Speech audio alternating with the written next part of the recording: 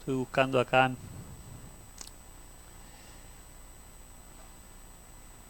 Que siempre trato de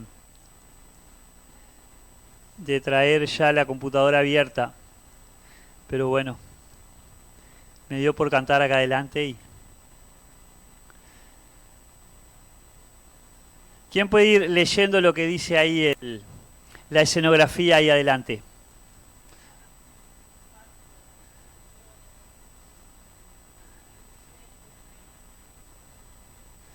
Muy bien, gracias, Dani. Y Pascua, la mayor prueba de amor que existe, ¿no? Él vive, Él reina en nuestros corazones. Y una pregunta que me gustaría hacer, eh, ¿vive Él y reina en todos los corazones? Porque dice ahí, eh, en nuestros corazones. ¿Reina en todos los corazones? ¿Qué les parece? ¿Eh? No, no reina en todos los corazones, ¿no? Ahí hay muchos corazones, pero no reina en todos los corazones, ¿no? A ver si encuentro por acá. El tema de la tecnología, a veces, ahora sí acá. Muy bien. Vamos a estar leyendo ahí un pasaje bueno, hay un pasaje que ya Julio me lo extrajo ahí con la lectura de Fernando en Zacarías 9:9. Pero vamos a Juan ahí en el capítulo 1.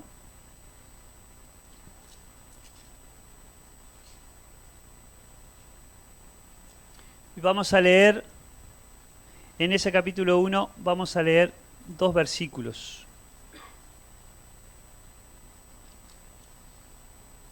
Vamos a leer el versículo 11, 3 versículos ahí, 12 y 13, de Juan 1.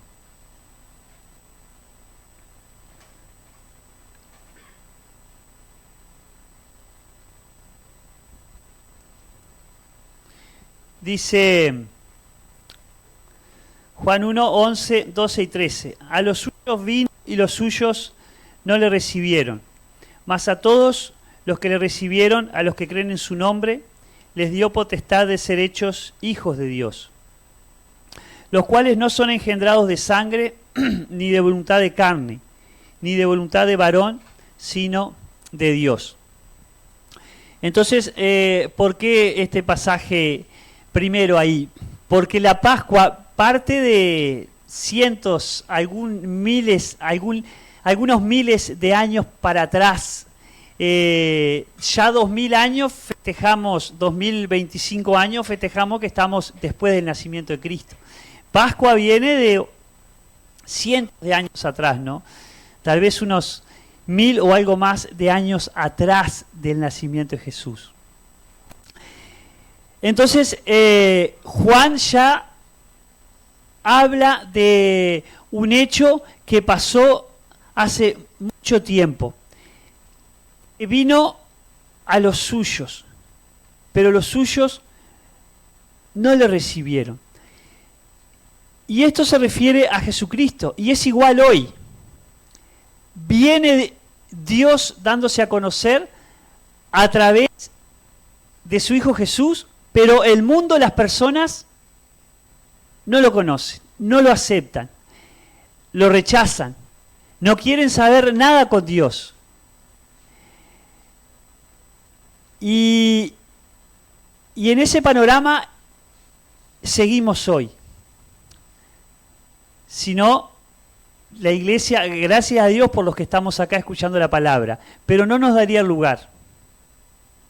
Tendríamos que hacer 3 turnos de reuniones, por ejemplo.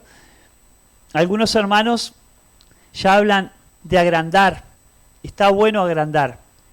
Pero bueno, Dios tiene que guiar también ese tema de cómo expandirnos, ¿no? Pero la realidad de esta es que sigue hoy igual. vino Dios, se dio a conocer, empezó mostrándose a su pueblo, pero hubo un rechazo. Ahora, se extendió el mensaje a aquellos que no eran el pueblo judío, el pueblo de Israel, a todos los que somos fuera de ese pueblo judío, se extiende la palabra. Y es lo que dice el pasaje, ¿no? A todos los que le reciben, a los que creen en su nombre, en el nombre de Jesús, Dios los hace hijos de Dios. Es facilísimo, es bien simple, no es por una religión, no es por una iglesia, no es porque alguien te impone las manos. Eres un hijo, una hija de Dios si recibes a Cristo, si reconoces que Cristo es el único Dios verdadero, si reconoces que Cristo vino a este mundo para destruir el pecado, a Satanás, la muerte, la separación que el hombre tiene sin Dios. Pascua, la mayor prueba de amor de Dios hacia nosotros, en que siendo nosotros pecadores, Cristo murió por nosotros, el Santo de Dios, en quien no hay nada malo, en quien no hay pecado, en quien no hay nada de doble faz, podemos decir así, nada escondido, puro, limpio.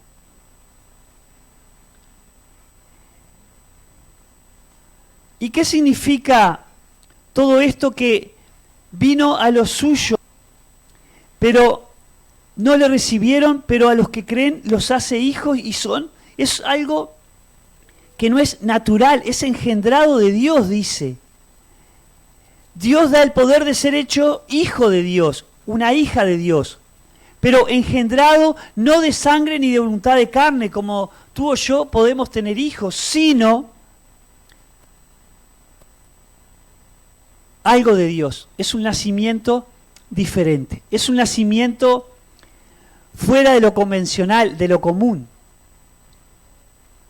Es un milagro que tú o yo podamos ser hijos de Dios.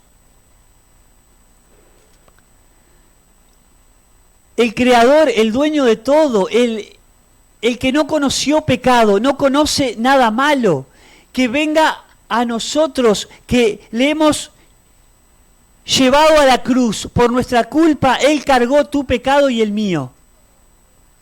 Él fue a la cruz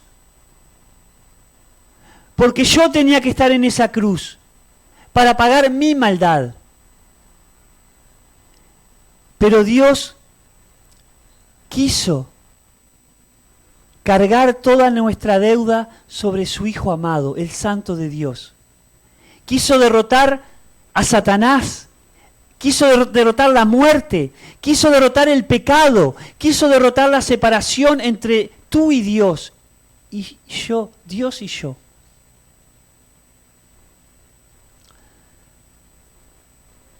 Ahora,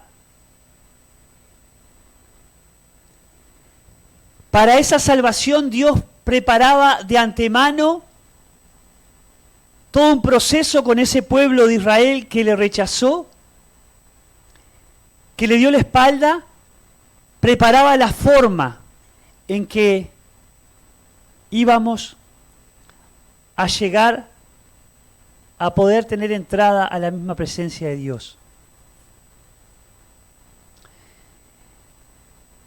Esa Pascua viene de la liberación del pueblo de Israel de Egipto. Eran esclavos en Egipto. Habían desobedecido a Dios y una nación enemiga a cargo del faraón los oprimía. Les quitaba la paz. Los hacía trabajar arduamente. No tenían posibilidad de elegir, sino que eran castigados, maltratados. Esa nación de Israel, ante este rey faraón, Dios le decía que dejara ir al pueblo y el faraón endurecía, Dios endurecía su corazón, no dejaba ir al pueblo. Enviaba plaga tras plaga, ¿se acuerdan? Y el corazón de faraón se endurecía más ante Dios. Y llegó un momento en que Dios dice, bueno, la Pascua.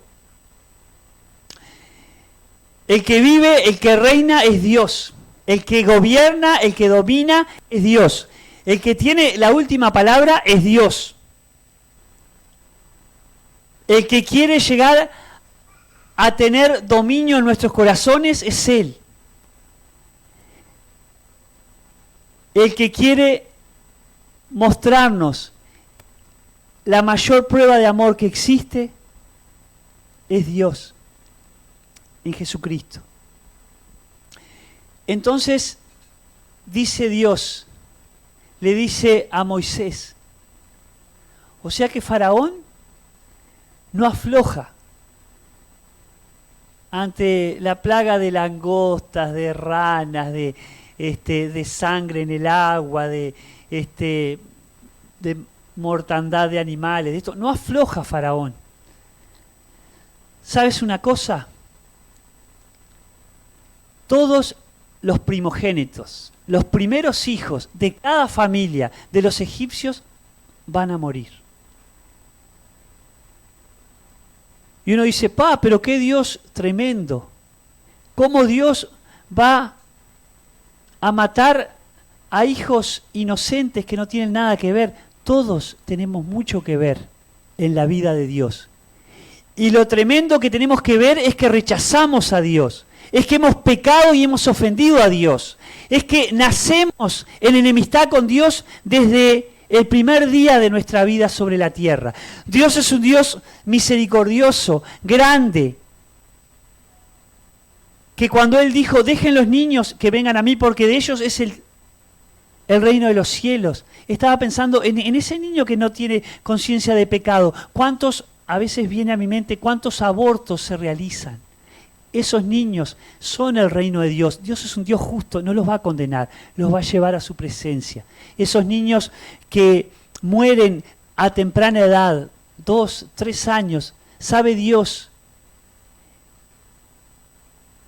van a ir a la presencia de Él. No tienen conciencia de pecado, pero allí murieron muchos primeros hijos de los egipcios. Y no eran niños todos, muchos, la mayoría tal vez ya personas adultas o con conciencia de pecado.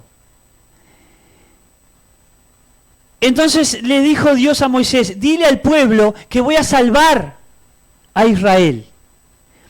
Dile al pueblo que cada familia de los judíos tienen que sacrificar un corderito sin enfermedad, perfecto, un corderito que no haya sido lastimado, y al sacrificarlo van a derramar la sangre de ese corderito y van a poner en el marco, en el dintel de la puerta de cada una de vuestras habitaciones, para que cuando pase el ángel de Jehová sepa que ahí ha muerto un corderito para el perdón de pecados.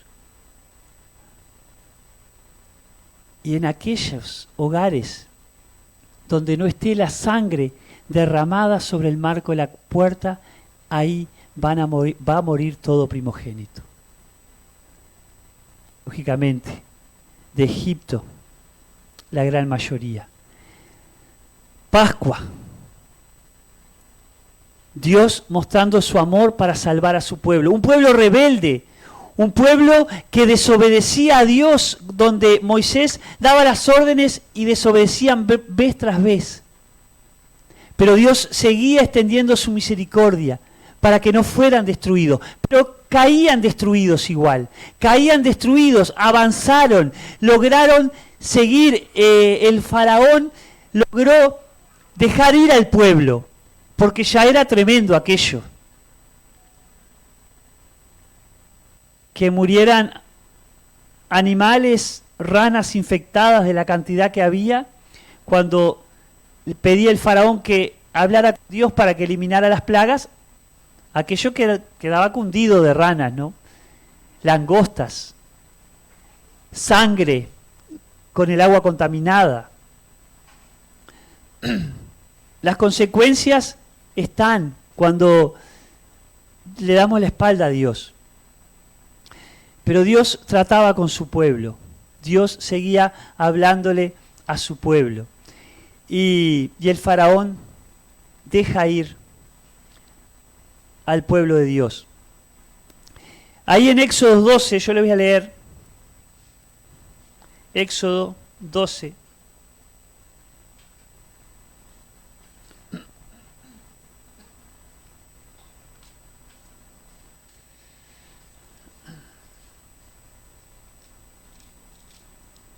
Dice así, en los versículos 1 a 14, este relato que hemos estado mencionando. Habló Jehová a Moisés y a Aarón en la tierra de Egipto, diciendo, este mes os será principio de los meses. Para vosotros será este el primero en los meses del año. Hablad a toda la congregación de Israel, diciendo, en el 10 de este mes tómese cada uno un cordero según la familia de los padres, un cordero por familia. Mas si la familia fuere tan pequeña que no baste para comer el cordero, entonces él y su vecino inmediato a su casa tomarán uno según el número de las personas. Conforme al comer de cada hombre haréis la cuenta sobre el cordero. El animal será sin defecto, macho de 1 año, lo tomaréis de las ovejas o de las cabras. Y lo guardaréis hasta el día 14 de este mes, y lo inmolará toda la congregación del pueblo de Israel entre las 2 tardes. Y tomarán de la sangre y la pondrán en los 2 postes y en el dintel de las casas en que lo han de comer. Y aquella noche comerán la carne asada al fuego y panes sin levadura con hierbas amargas lo comerán. Ninguna cosa comeréis de él cruda, ni cocida en agua, sino asada al fuego, su cabeza con sus pies y sus entrañas. Ninguna cosa dejaréis de él hasta la mañana, y lo que quedare hasta la mañana lo quemaréis en el fuego. Y lo comeréis así, ceñidos vuestros lomos, vuestro calzado en vuestros pies y vuestro bordón en vuestra mano, y lo comeréis apresuradamente, es la Pascua de Jehová. Perdón. Pues yo pasaré, dice, aquella noche por la tierra de Egipto, y heriré a todo primogénito en la tierra de Egipto, así de los hombres como de las bestias, y ejecutaré mis juicios en todos los dioses de Egipto. Yo Jehová. Y la sangre os será por señal en las casas donde vosotros estéis, y veré la sangre y pasaré de vosotros. Y no habrá en vosotros plaga de mortandad cuando hiera la tierra de Egipto. Y este día os será en memoria, y lo celebraréis como fiesta solemne para Jehová durante vuestras generaciones. Por estatuto perpetuo lo celebraréis. Entonces, Dios muestra, ¿no?, en su palabra hoy, que ese Cordero perfecto que libra realmente de pecado, que quita el pecado del mundo, ¿no?, el tuyo y el mío, es Jesucristo. Él, como dice ahí, vive y reina, ¿no? Por mi culpa, por la tuya, por la culpa de este pueblo, el castigo, ¿no?, sobre el Señor. Él fue despreciado, humillado, muerto y sepultado, ¿no? Ese pueblo, a pesar de que también tenía la culpa, Dios los salva de que siguieran siendo esclavos en Egipto, de que siguieran siendo maltratados, de que siguieran siendo destruidos.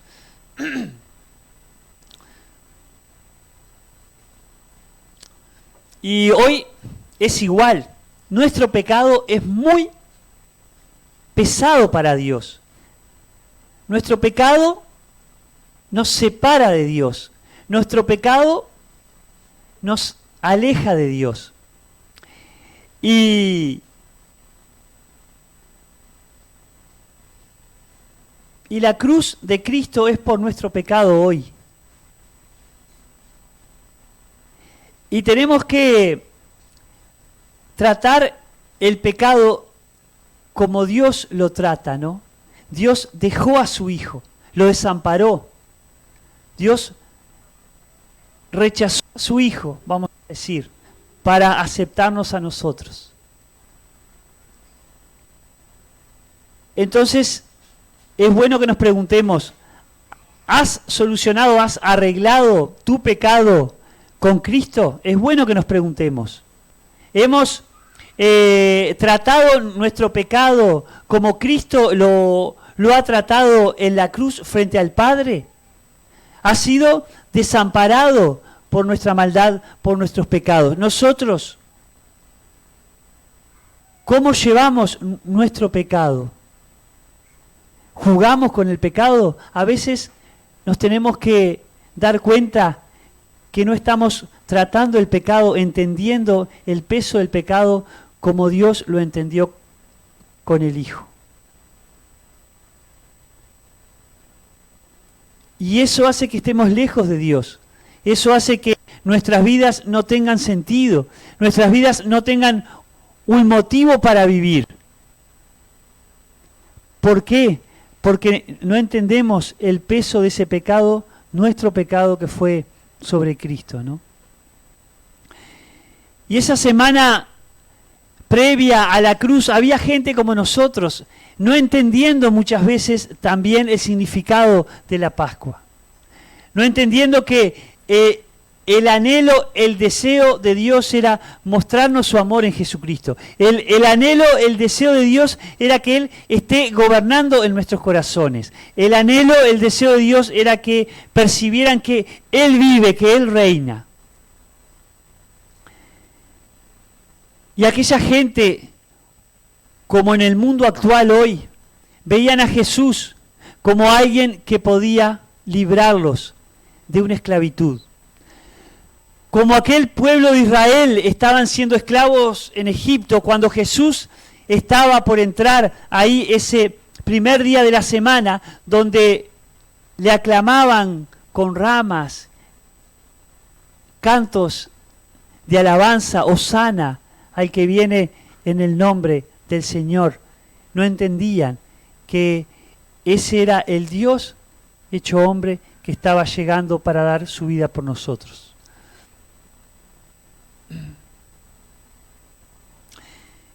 Y en esa semana previa, ¿no?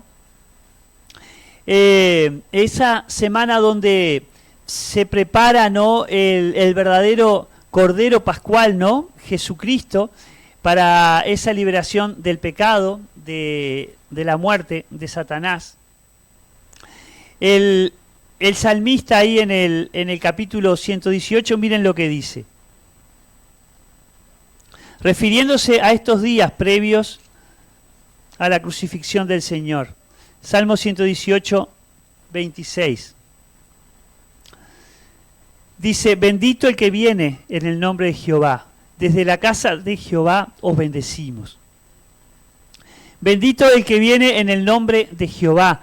Desde la casa de Jehová. Viene de parte de Dios. No viene de parte de un profeta. No viene de parte de alguien que sea un religioso, una organización. No viene de parte de cualquier persona. Es Dios que lo envía, viene de parte de Dios. Ese es el enviado de Dios, ¿no?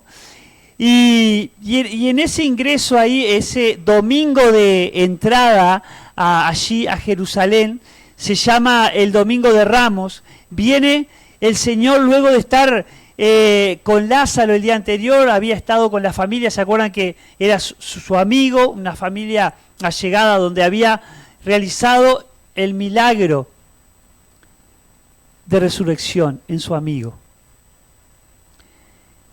De ahí viene para entrar en Jerusalén. Y viene allí en esa entrada triunfal, humilde, dice, en un pollino, pide a sus discípulos que vayan a tal aldea y traigan a ese pollino que él lo necesita, ¿no? Un asno, un animal que se caracteriza por ser muy de perfil bajo, digamos así, y allí van los discípulos, y el Señor es lo que va a usar para entrar en esa ese día de entrada triunfal, ¿no? Donde ese pueblo espera que ante la presión de los romanos, estaban siendo esclavos de los romanos porque tenían que pagar impuestos, tenían que realizar tareas para otro imperio, para otro gobierno que no era el de ellos.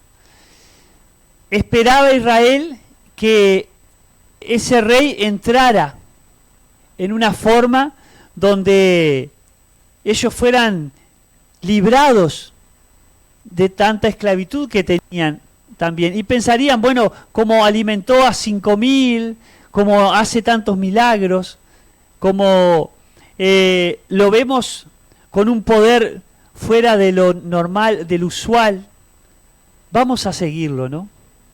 Vieron ahora que estamos en campaña política, ya dentro de pocos meses otra vez tenemos que elegir los intendentes, los alcaldes. Bueno, uno se imagina algo así, ¿no? Pero el Señor, la Pascua es otra cosa, es el reinado de Dios en los corazones de las personas. Es el gobierno de Dios en tu vida, en lo más íntimo de tu vida, de tu corazón, de mi vida. Y aquella gente seguramente conocían el hecho de lo que Dios había hecho con el pueblo de Israel, unos miles de años atrás. Y conocerían qué tremendo Dios, cómo dividió el Mar Rojo para que el pueblo pasara en seco, qué milagros, los milagros del Antiguo Testamento. Y ahora vemos a este hombre haciendo tremendos milagros, resucitando a los muertos, dando vista a los ciegos, haciendo caminar a los paralíticos. Qué hombre tremendo, calmando la tempestad en el mar, caminando sobre el mar. Podría empezar, es el mismo, nos va a librar ahora del poderío romano, nos va a dar de comer gratis. ¿Vieron cuando uno a veces piensa en los políticos y escucha las promesas? ¿Cuántas promesas, no? Pero difícil que las cumplan. Bueno, pero nuestro Dios cumple todas las promesas que ha hecho. Todo lo que ha dicho lo ha cumplido. Y todas las profecías que decían cómo iba a suceder esta entrada triunfal, esta venida del Señor, se fueron cumpliendo. Y en Zacarías 9, ahí lo que leyó Fernando, muestra en forma clara, ¿no? Zacarías 9:9. ¿Quién lo tiene ahí que lo pueda leer? Zacarías 9:9. Y alguien que busque Juan 12, del 12 al 16. Capaz que le pedimos a Alan, no sé si hay otro micrófono ahí con batería que puedan pasar ahí. ¿Quién quiere leer Zacarías 9:9? Allá Cristian primero y después Juan 12, del 12 al 16, después de Cristian, algún otro que lo tenga, leemos ese otro versículo. Alégrate mucho, hija de Sión, da voces de júbilo, hija de Jerusalén, he aquí, tu rey vendrá a ti, justo y salvador, humilde y cabalgando sobre un asno, sobre un pollino hijo de asna. Muy bien, gracias Cristian. Ahí ya estaba anunciado cientos de años atrás, unos miles de años atrás, cómo iba a entrar Jesús, ¿no? Cómo Dios le hablaba a ese pueblo de Israel, ¿tá? Y cuál era la forma en que iba a entrar, humilde, alguien que no iba a ser como ellos esperaban, ¿no? Juan 12, 12 al 16, ¿quién era? Ahí Marcos.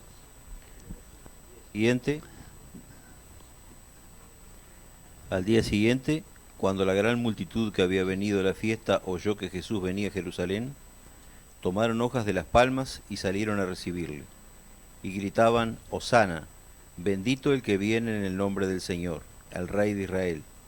Jesús, hallando un asnillo, se montó en él como está escrito, no temas, hija de Sión, he aquí tu rey viene, montado en un pollino de asna.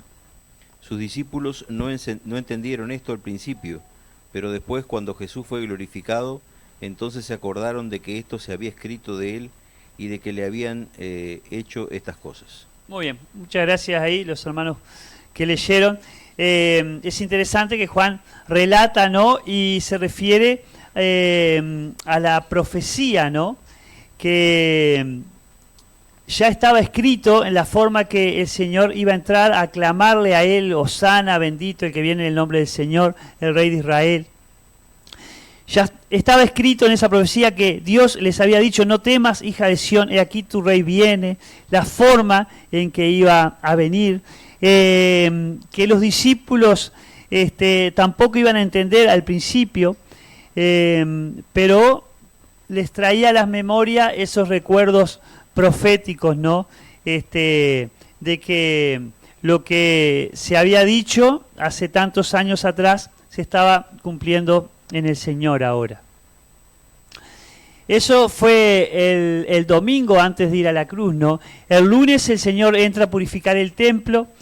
¿Se acuerdan aquel hecho de que llegó al templo y estaban los vendedores ahí, estaban con un negocio tremendo, los cambistas? ¿Se acuerdan que al templo tenían que ir para escuchar? El judío tenía que prepararse y asistir para escuchar la palabra, ofrecer el sacrificio, todo un orden que Dios había establecido allí para el templo. Pero bueno, los muchachos tenían su negocio y el Señor les tira todo allí, diciendo que estaban convirtiendo su casa en cueva de ladrones, ¿no? También uno puede pensar en lo que es, cuando habla de templo, la Biblia nos menciona que cuando Cristo entra en nuestra vida, funciona nuestra vida como templo de Cristo, del Espíritu Santo de Dios, ¿no? Morada de Dios. Cuando uno reconoce su pecado, reconoce que la Pascua es ese Dios que se hizo hombre para venir a reinar en nuestros corazones, reconoce que es pecador, reconoce que vamos al infierno sin Cristo si Dios no nos salva. Ahí el Espíritu de Dios entra a vivir en el creyente. Entonces nos hace pensar que no debe ser de cualquier forma que tenemos que vivir la vida con Cristo, ¿no? Aquello que es pecado, aquello que le llevó a Cristo, lo llevó a la cruz, lo que cargó Cristo, eso realmente tiene que pesar en nuestros corazones, para que no sea nuestra vida de cualquier forma, que tratemos el pecado de cualquier forma, ¿no? Pensando en aquellos cambistas que su casa, dice, el celo de tu casa me consume. O sea, que Dios viva en nosotros, que vivamos día a día intentando estar más lejos del pecado, más consagrados a esa vida que Dios quiere tener a través, en medio de nosotros, ¿no? Pascua, esa liberación de todo aquello que nos esclaviza y que nos aleja de la presencia de Dios. Bueno, después él se va ahí, tuvo hambre, está aquel hecho de que él maldice la higuera, Mateo 21:18, no los vamos a leer todos, sino estaríamos leyendo muchos pasajes hoy, pero refiriéndose en cuanto a aquel pueblo judío que no daba fruto, como la higuera no tenía fruto, la maldijo, y uno puede pensar que nuestras vidas muchas veces pueden ser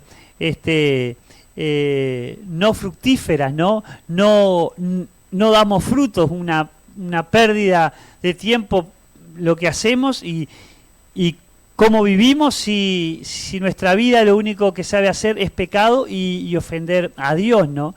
Entonces, ese Dios que es un Dios justo, que trata el pecado a través de la muerte de su Hijo allí, que entendamos que nosotros también tenemos que tratar nuestro pecado a los pies de Cristo, ¿no? Porque Dios destruyó a su Hijo, pero si nosotros jugamos con el pecado, va a haber consecuencias en nuestras vidas también, ¿no? Y eso fue en el día lunes. El día martes, allí en el templo, el Señor nuevamente discute con los religiosos. En esta semana que vamos a estar viviendo, ¿no?, previo a lo que recordamos de la Pascua, ¿no? Y allí con los religiosos les habla del tema escatológico, o sea, lo del futuro, lo que va a pasar en el futuro, lo que Dios va a hacer en el futuro, ¿no? Y también que el Señor va a estar viniendo por su iglesia, que Dios va a estar rescatando, llevando a su iglesia a su presencia. ¿Quiénes somos su iglesia? Aquellos que hemos creído en Jesús, que hemos reconocido nuestro pecado, que vamos a escapar del infierno para ir a la presencia de Dios. Que algunos ya escapamos cuando hemos creído en Jesús, ya somos hijos, hijas de Dios y ya estamos en su reino, en su familia, ¿no? Bueno, eso sería el día martes. El día miércoles, ahí los religiosos empiezan a ver la forma para matar a Jesús, ¿tá? Ya los religiosos traman entre ellos la forma en que pueden agarrar a Jesús, apresarlo, para juzgarlo y llevarlo a juicio y luego a la cruz. Miren lo que dice ahí en Mateo 26, incluso Judas está metido en eso también, ¿no? Aquel que andaba con Jesús, enredado con Jesús, pero su corazón, como dice acá, no tenía el reinado, ¿no?, en su vida de Cristo, ¿no? Los que no brillan, dice Julio. Dice ahí en Mateo 26, yo se los leo para ir un poquito más rapidito. Mateo 26, 14 a 16. Dice así: entonces uno de los 12, que se llamaba Judas Iscariote, fue a los principales sacerdotes y les dijo: ¿qué me queréis dar? Y yo os lo entregaré.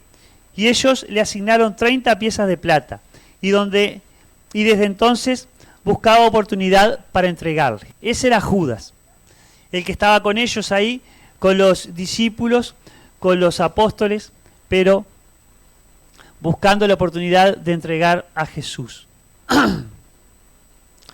Bueno, ya el día jueves, el Señor, ¿se acuerdan que prepara la Pascua, la cena con los discípulos? ¿Cuántas imágenes conocemos de lo que es esa cena que el Señor preparó allí con los apóstoles? Eso está ahí en Mateo 26, 17 a 25. Se los leo acá rapidito. Dice: el primer día de la fiesta de los panes sin levadura, vinieron los discípulos a Jesús diciendo: ¿dónde quieres que preparemos para que comas la Pascua? Y él dijo: id a la ciudad a cierto hombre y decirle: el maestro dice, mi tiempo está cerca, en tu casa celebraré la Pascua con mis discípulos. Y los discípulos hicieron como Jesús les mandó y prepararon la Pascua. Cuando llegó la noche, se sentó a la mesa con los 12 y mientras comían, dijo: de cierto os digo que uno de vosotros me va a entregar. Y entristecidos en gran manera, comenzó cada uno de ellos a decirle: soy yo, Señor. Entonces él respondiendo dijo: el que mete la mano conmigo en el plato, ese me va a entregar. A la verdad, el Hijo del Hombre va, según está escrito de él. Mas ay de aquel hombre por quien el Hijo del Hombre es entregado. Bueno le fuera a ese hombre no haber nacido. Y ese era Judas, ¿no?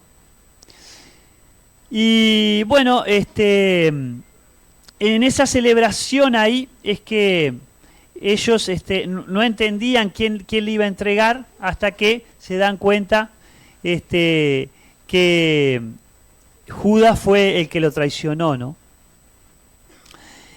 Ahí también el Señor les anuncia la negación de Pedro. ¿Se acuerdan cuando ya estaba por ser juzgado? Ahí el Señor le dice que antes de que cante el gallo, 3 veces Pedro lo iba a negar, ¿no? El viernes ya ahí se decide la muerte del Señor. ¿Tá? Ya ahí el Señor es llevado a juicio. Judas se arrepiente ahí con los principales sacerdotes, con los gobernantes, les entrega esas piezas de plata, sale y se ahorca, ¿no?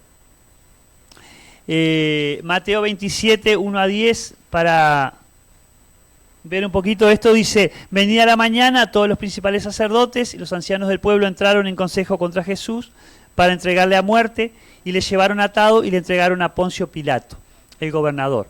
Entonces Judas, el que le había entregado, viendo que era condenado, devolvió arrepentido las 30 piezas de plata, que era lo que les decía ahí, a los principales sacerdotes, a los ancianos, diciendo: yo he pecado entregando sangre inocente, dice Judas. Mas ellos dijeron: ¿qué nos importa a nosotros? Allá tú. Y arrojando las piezas de plata en el templo, salió y fue y se ahorcó. Los principales sacerdotes, tomando las piezas de plata, dijeron: no es lícito echarlas en el tesoro de las ofrendas, porque es precio de sangre. Y después de consultar, compraron con ellas el campo del alfarero para sepultura de los extranjeros.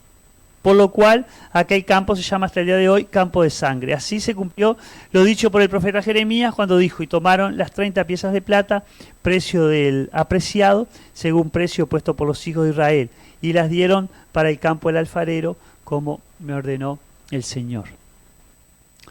Así que esa era la situación de lo que estaba sucediendo ahí, ¿no? En Juan, en el capítulo 19, ya va relatando todo esto en forma más extensa, ¿no? Juan aclara lo que fue ese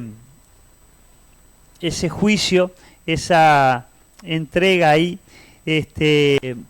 todo lo que pasaron entre los sumos sacerdotes, los gobernantes, Pilato, todo lo que fue el sufrimiento y bueno, la llevada del Señor a la cruz, ¿no?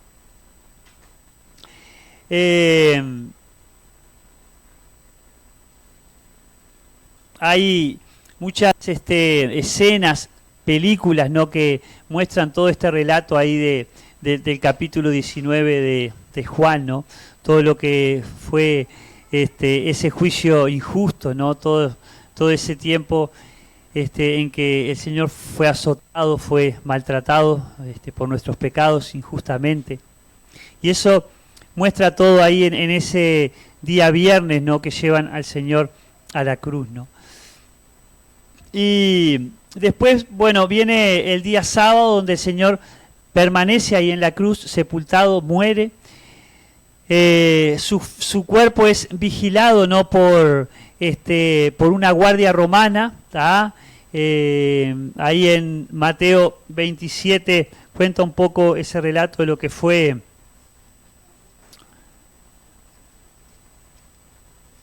Mateo 27, del 62 al 66. Se los leo ahí. Después, si quieren ustedes, leen en sus casas Juan 19 y ahí tienen todo lo que fue ese juicio, ¿no? Mateo 27, dice así: 62 a 66, dice: al día siguiente, que es después de la preparación, se reunieron los principales sacerdotes y los fariseos ante Pilato, diciendo: Señor, nos acordamos que aquel engañador dijo, viviendo aún, después de 3 días resucitaré. Manda pues que se asegure el sepulcro hasta el 3er día, no sea que vengan sus discípulos de noche y lo hurten, y digan al pueblo: resucitó de entre los muertos, y será el postrer error peor que el primero. Y Pilato les dijo: ahí tenéis una guardia, id, aseguradlo como sabéis. Entonces ellos fueron y aseguraron el sepulcro, sellando la piedra y poniendo la guardia. Ese fue, ¿no?, una guardia que colocaban ahí de los soldados romanos, donde si alguno fallaba le cortaban la cabeza, ¿no? pensando que los discípulos iban a inventar robarse el cuerpo. Imposible, porque esa guardia era impenetrable, más la piedra, la roca esa que pusieron, imposible. Aparte, los discípulos estaban asustados, habían salido disparando, rajemos, dijeron, así que imposible que se robaran el cuerpo. El Señor resucitó y los muchachos no pudieron hacer nada, ¿no? Pero no me quiero meter más en esto. Vengan el domingo que viene, que tenemos un invitado especial de la iglesia de Rocha para ver qué pasó ya en ese tiempo donde nuestro Dios, en la persona de Cristo, es levantado, es resucitado, y para hoy gobernar en nuestros corazones. Eso en esa semana, ¿no? Lo que sería la Pascua. Quería darles un breve pantallazo de capaz de unos 40 minutos para que entendieran un poco por qué celebramos la Pascua, ¿tá? Que no es el huevito, ¿tá?, de chocolate o el conejito, nada que ver. Eso es este mundo intentando cambiar los nombres a esas memorias, esos recuerdos que Dios quiere que tengamos en nuestros corazones, como la Navidad, como la Semana Santa, que ahora le dicen Semana de Turismo, le dicen Semana de la Cerveza, Semana de no sé cuántas cosas, la Navidad ya fiesta donde ya es muy pagano, ¿no?, olvidándose de Dios totalmente. Pero bueno, esto es lo que la Iglesia de Cristo tiene que entender, ¿no?, que tenemos que vivir en ese amor de Dios día a día, que Él quiere compartir la vida con nosotros. Se hizo hombre para gobernar, reinar en nuestros corazones, para vivir con nosotros día a día, para que le mostremos a otro del amor de Dios, para que oremos por las personas que puedan conocerle y recibirle, y que bueno, que ellos se vean atraídos a ese Dios verdadero, eterno Dios, al observar nuestras vidas, cómo nos comportamos, cómo vivimos, cómo nos movemos, ¿no? Que la iglesia pueda crecer con personas que tengan a ese Dios gobernando y reinando, y esa celebración que el Señor quería a través de los años, de tantos años, que fuera un memorial, un recordatorio. Qué bueno es que la iglesia hoy puede tenerlo acá a través de los símbolos, recordar que esa Pascua, ese Dios vino, se hizo hombre, y a través del pan y de la copa podemos recordar que su cuerpo fue puesto en la cruz, su sangre fue derramada, como aquella sangre que tenía que ser puesta en el marco de la puerta. Hoy nosotros podemos recordar que la sangre de Jesucristo es la que nos limpia de todo pecado, es la que nos libra de ir al infierno, de Satanás, de todo aquello que nos destruye y nos lleva a su misma presencia. Oramos y después dejo a Julio. Dios amado, gracias por esa Pascua que tú nos das el entendimiento en tu palabra, que es Cristo, que es Él reinando, viviendo el amor tuyo, Dios, en nuestros corazones. Que vivamos día a día, oh Dios, esa Pascua, esa libertad en Cristo, de huir del pecado, de disfrutar lo que tú eres, de recibir esas bendiciones, Señor, cuando andamos obedeciendo tus caminos, tus pasos. Aquel pueblo, Dios, que era esclavo en Egipto, y después aquel pueblo donde Jesús estuvo, donde eran tan oprimidos por los romanos. Hoy nosotros somos muchas veces oprimidos, Señor, por tanta maldad, por tanto pecado, pero que entendamos que solo Cristo puede librarnos, gobernar y ser el Señor en nuestras vidas. Perdónanos por nuestra maldad y obra en salvación en aquellos que aún no han dado el paso de entregar sus vidas a Cristo. Sálvalos, Señor. Cualquiera que esté acá, salva, oh Dios, a través de Cristo, para perdón y vida eterna, Señor. A ti sea la gloria y la honra, en el nombre del Señor Jesús. Amén.